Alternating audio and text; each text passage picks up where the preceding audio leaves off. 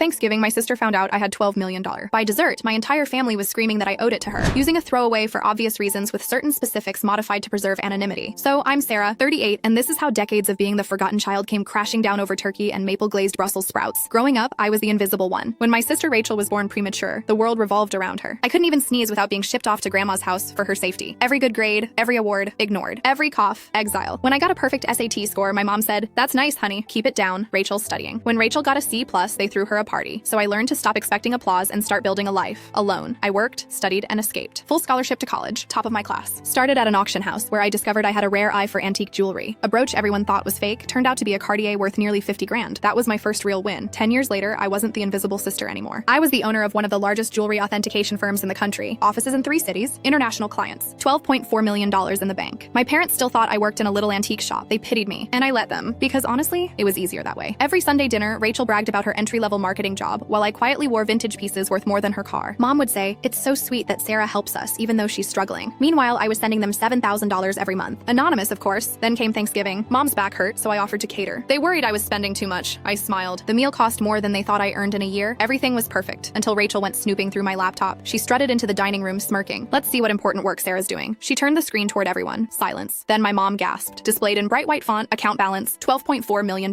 Pending contracts, $485,000. Rachel's face went pale. "You're rich?" And suddenly everyone was talking at once. Mom screaming that I'd let them struggle. Dad demanding I share it with the family. Rachel sobbing that I betrayed them. No congratulations. No pride. Just outrage that I hadn't handed it all over. I told them I'd been sending money for years. Mom shouted, "While sitting on millions? Your sister has loans." That was it. Every wound from my childhood cracked open. "You missed everything," I said. "Every award, every milestone, because Rachel might feel left out. You didn't raise me. You just made sure I stayed out of the way." I walked out. Took my laptop, my bag, and my dignity. Behind me, I heard my mom already planning how to spend my money. The next day, I had 200 missed messages. By Monday, they showed up at my office demanding trust funds. Mom wanted a beach house. Rachel wanted $2 million to start her life properly. I canceled every payment on the spot. Security escorted them out. Grandma called later, her voice soft and sure. "Good for you, sweetheart," she said. About time someone in this family learned their worth. That was 6 months ago. I changed my number, bought a new home. Rachel still posts about toxic siblings online. Mom still plays the victim. But me? For the first time in my life, I'm free. And to Rachel, if you're reading this, that Cartier bracelet you showed off last week, fake just like you.